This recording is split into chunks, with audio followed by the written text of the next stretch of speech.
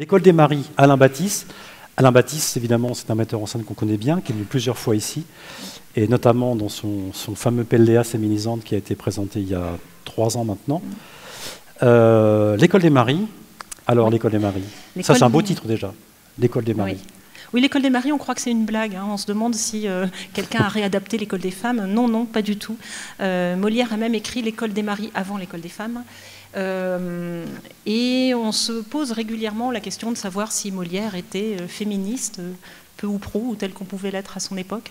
En tout cas, l'école des Maris fait partie de ces pièces qui nous inciteraient à penser que, oui, d'une certaine manière, il l'est. En tout cas, c'est une pièce vraiment culottée, puisque Molière interroge le pouvoir des hommes, qui est un pouvoir absolu à l'égard de leurs épouses, puisqu'elles n'ont même pas de personnalité juridique une fois qu'elles sont mariées, et qu'elles sont évidemment complètement sous leur autorité, et donc sous la forme d'une petite comédie qui présente 2 frères avec une vision très différente de ce que peut être la société, de ce que peut être le mariage et le fait d'avancer en âge, etc.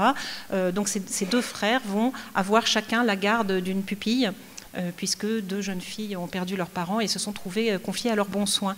Et ils font des choix complètement différents, l'un décidant de la tenir sous clé, un petit peu comme le sera Agnès dans l'école des femmes, dans la pièce qui suit 1 an après, et puis l'autre, au contraire, est très libéral, puis en plus, il a envie de rester à la mode. Alors il se balade avec des vestes sur des propositions, disons, costumières assez particulières, mais au moins il essaie d'être dans le goût du temps, ce que ne fait pas du tout l'autre frère. Donc c'est à la fois la